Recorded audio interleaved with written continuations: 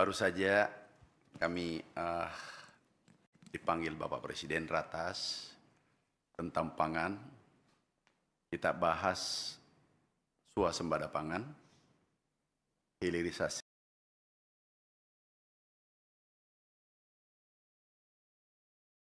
Pertama adalah swasembada pangan. Target Bapak Presiden pertama kepada kami pada saat dilantik, yaitu 4 tahun harus swasembada pangan khususnya beras. Kemudian setelah 21 hari ada perubahan sedikit. Target 4 tahun menjadi 3 tahun. Setelah 45 hari ada perubahan sedikit lagi. Dari target 3 tahun menjadi 1 tahun.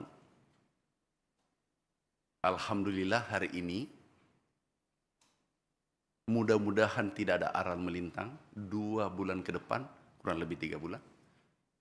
Insya Allah Indonesia tidak impor lagi. Mudah-mudahan tidak ada iklim ekstrim. Kita swasembada. Dan hari ini, sampai dengan hari ini, produksi kita hari ini 33,1 juta ton sesuai BPS. Januari sampai dengan November.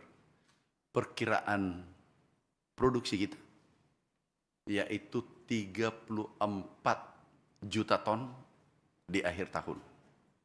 Dibandingkan tahun lalu, produksi kita 30 juta ton. Kemudian khusus bulan ini beras terjadi deflasi, yaitu minus 0, saya ditunjukkan datanya, minus 0,13%.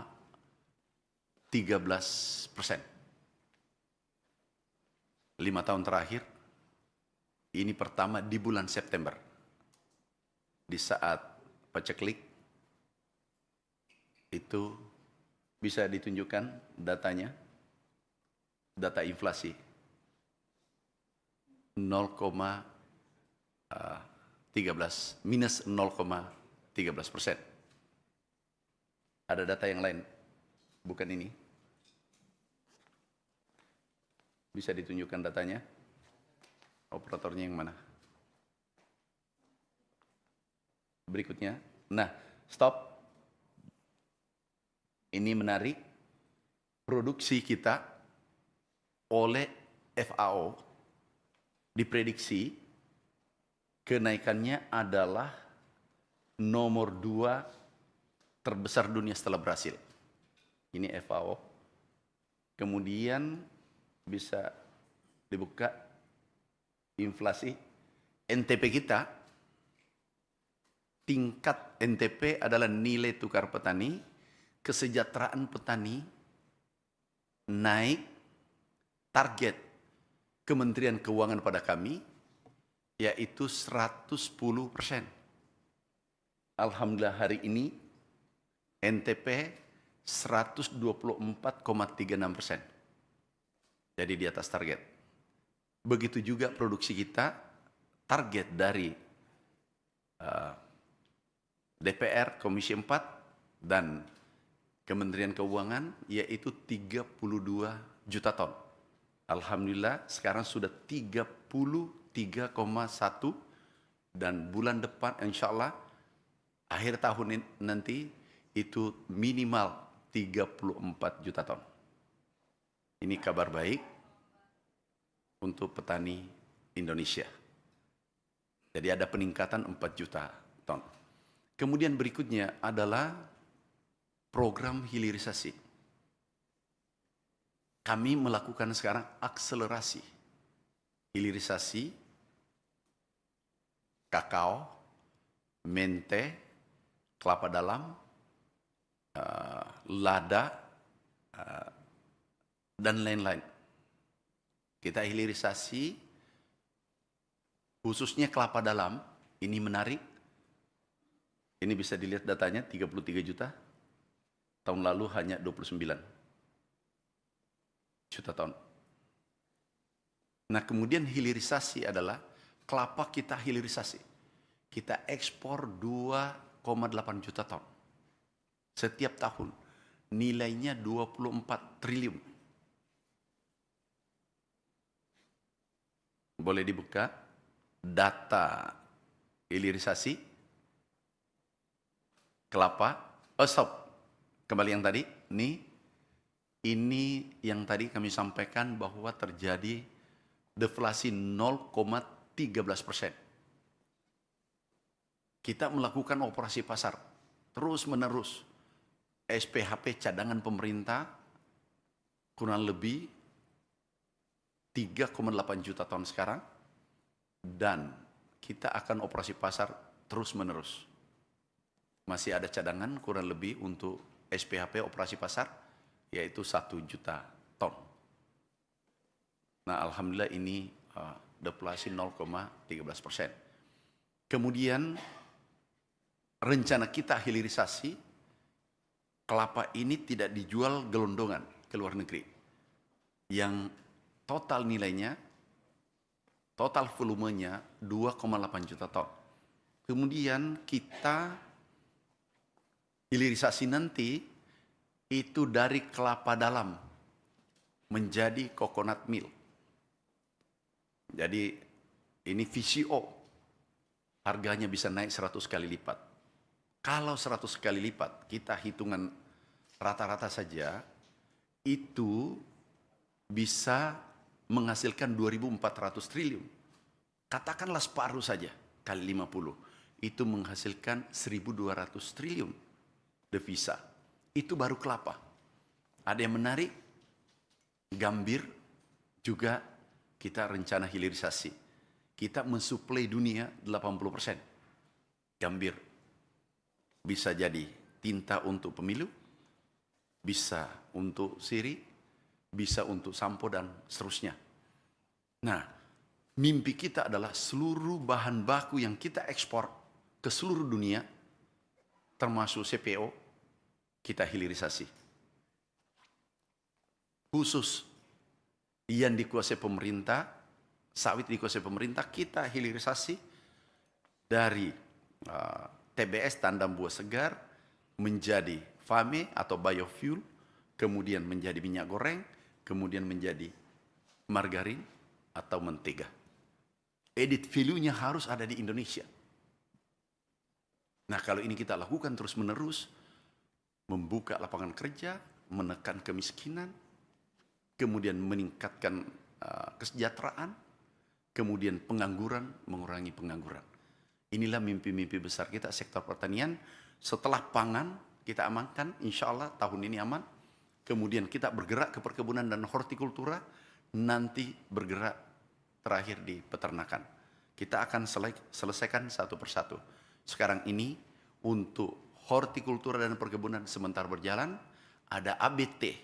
Kami dapat 9,95 triliun.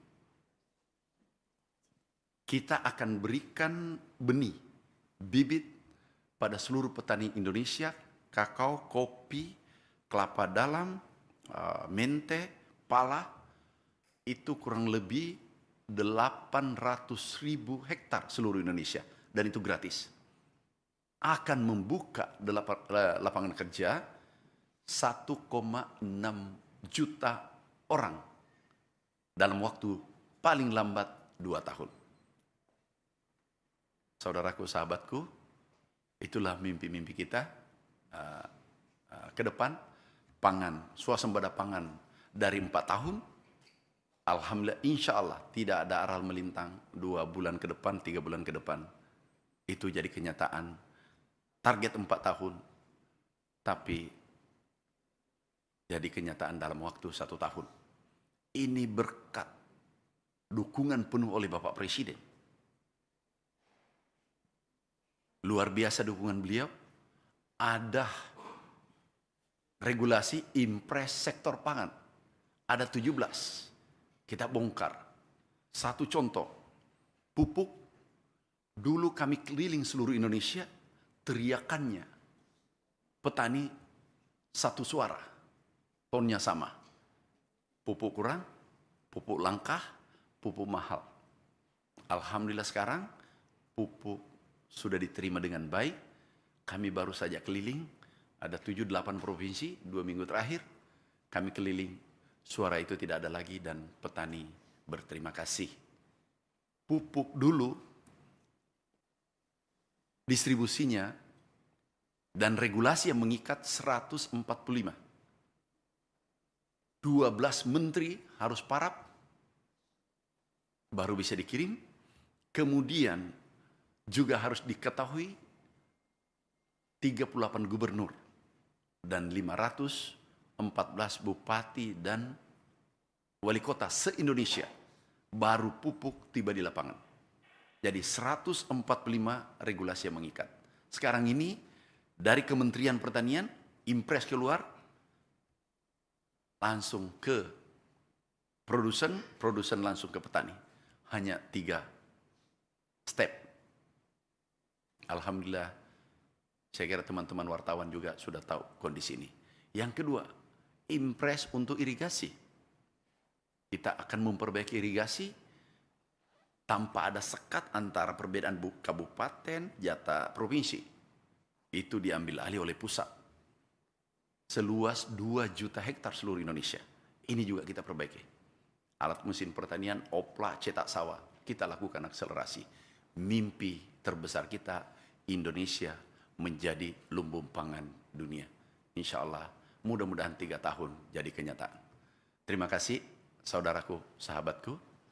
Kalau ada bertanya, 1 atau 2 orang, silakan. Baik, terima kasih Pak Amran.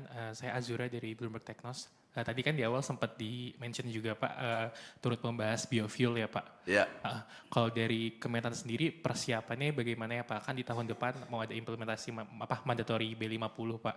Untuk pasokan CPO untuk jadi FAME-nya ini apakah mencukupi Pak? Karena kan kita juga masih ekspor juga dan cukup banyak. Terus juga untuk S10 Pak, etanol. Itu kan bioetanol pabrik yang di Merauke, kalau nggak salah targetnya 2027 ya Pak rampung. Nah kalau sekarang itu update-nya seperti apa sih Pak? Persiapan PSN yang tebu untuk bioetanol yang di Merauke itu Pak sudah sampai mana Pak? Dan nanti bisa memproduksi berapa banyak bioetanol Pak? Itu terima kasih Pak. Ini menarik, makasih ya. Kami berangkat dari produksi CPO kita 46 juta ton. Yang diproduksi dalam negeri, di processing dalam negeri itu 20 juta ton. Ekspor kita adalah 26 juta ton. B50 membutuhkan CPO 5,3 juta ton. Ekspor ini nantinya kita tarik 5,3 juta ton, kemudian dijadikan biofuel, jadikan pengganti solar. Kemudian impor kita untuk solar, kita bisa hentikan 5,3 juta ton. Nah, ini nantinya, ini green energy, kita bisa menutupi kebutuhan dalam negeri, tapi menghemat devisa karena kita menyetop impor. Dan ada yang terpenting, kalau ekspor kita yang dulunya 26 juta, tiba-tiba berkurang 20 juta, harga pasti naik. Pernah ada pengalaman naik 100%. Sekarang nilai CPO kita 450 triliun. Kalau naik 2 kali lipat atau lebih, itu bisa 1000 triliun atau 800 triliun, tetapi kuantumnya berkurang. Kenapa? Produsen terbesar dunia adalah Indonesia. Kita yang harus mengendalikan harga CPO dunia, bukan negara lain. Nah, kalau harga CPO dunia naik, mungkin saja kita lepas B50 turun menjadi B40 kembali. Tapi begitu harga turun, kita tarik kembali menjadi biofuel. Tergantung yang mana menguntungkan rakyat Indonesia. Nah, nantinya kita pengendali CPO dunia karena kita produsen nomor 1, 58%, hampir 60%. Produksi CPO ada di Indonesia. Harusnya kita yang kendalikan CPO dunia, bukan negara lain. Oke, yang kedua, etanol dalam pembahasan itu mimpi kita ke sana. Jadi kita mandiri nanti energi. Jadi mandiri mimpi kita setiap pulau sekarang ini mulai mandiri pangan. Seperti Kalimantan dulu mengambil beras dari Jawa dan Sulsel. Sekarang sudah mandiri pangan. Apa artinya? Inflasi kita pasti stabil. Inflasi kita terbaik. 2,3, akhir tahun lalu 1,5%. Dan itu mungkin terbaik 5 besar dunia. Nah, karena kita upayakan swasembada pangan dan energi setiap pulau. Sehingga tidak ada ketergantungan antara pulau. Karena biaya ngangkut pangan itu ditanggung oleh masyarakat. Jadi etanol, kita menuju ke sana, baru saja kami ditarget Bapak Presiden untuk tanam ubi kayu, singkong, dan itu etanol, tebu, dan seterusnya. Sumber-sumber energi kita dalam negeri kita optimalkan. Karena negara kita negara besar, negara yang agroklimatnya sangat cocok untuk pangan, perkebunan, dan hortikultura. Oke, silakan. Mungkin izin penegasan aja Pak tadi sedikit Pak. Berarti untuk pembatasan ekspor CPO yang 5,3 juta itu di 2026 akan mulai dilaksanakan Pak? Doakan. Kita sekarang kan masuk B40. Mudah-mudahan 2026 sudah B50. Silakan. Terima kasih Pak, saya Genta dari Antara. Pertanyaan saya yang pertama soal tadi Pak, hilirisasi beberapa komoditas hortikultura. Apakah nanti ketika ini sudah berjalan akan ada pembatasan ekspor yang dalam bentuk raw itu Pak, untuk beberapa komoditas itu? Yang kedua soal ini Pak, cadangan beras tadi kan tadi disebutkan tertinggi Pak. Ya. Nah, tapi kemarin Bapak sempat menyebutkan ada 1,45 juta ton beras yang sudah disimpan lebih dari 6 bulan dan 29.000 lebih itu ada penurunan mutu. Mungkin ke depan seperti apa antisipasi pemerintah untuk mencegah ada beras yang disimpan tapi mutunya jadi berkurang? Terima kasih. Terima kasih. Ini menarik, 29, katakanlah 30.000. Aku tambah 1.000. Katakanlah 30.000 yang rusak. Dari 4,2 juta ton, itu coba dikali 30.000 dibagi 4,2 juta ton, itu 0,071%. Dulu tidak ada rusak, karena berasnya tidak ada, kurang.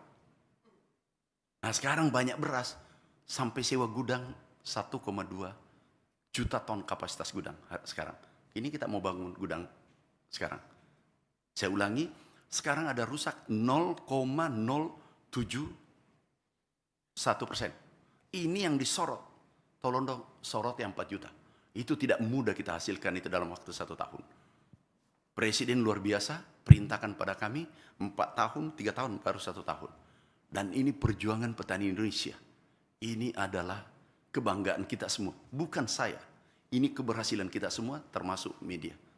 Jadi yang disorot, jangan 0,071, tapi tolong sorot 99,8%. Nah, itu yang harus dibahas lebih bagus. Sudah, Bapak Presiden sudah memberi anggaran 5 triliun untuk membangun gudang pada Bulog. Nah, kemudian beras baru sekarang nih, sekarang kan beras 3,7 juta kan. Serapan dalam negeri kan baru saja, itu 3 juta lebih sekarang. Kemudian yang selebihnya kalau itu katakanlah 6 bulan, itu masih aman. Nah 30.000 ini kita cek, kalau ini tidak layak, ini kita untuk pakan ternak, itu kan tidak nol, tetap punya harga. Jadi memang sekarang ada rusak 30.000, 29.000 ya, karena berasnya 4,2 juta ton, dan yang Anda tahu, saudara tahu, ini pertama dalam sejarah Indonesia stoknya 4,2 juta ton selama merdeka. Bulog berdiri tahun 69. Ini pertama dalam sejarah, tidak pernah terjadi. Stok tertinggi, kemudian NTP naik, dan ada yang menarik adalah penyumbang PDB tertinggi pertama itu Jawara adalah pertanian dalam sejarah. Nah, ini yang kita harus syukuri, bahwa pemimpin kita pro rakyat, peduli pada rakyat, apapun kami minta untuk kepentingan rakyat beliau penuhi. Oke, terakhir tinggal satu, kalau masih ada. Enggak ada lagi. Terima kasih saudaraku, sahabatku semua. Terima kasih. Wassalamualaikum warahmatullahi wabarakatuh.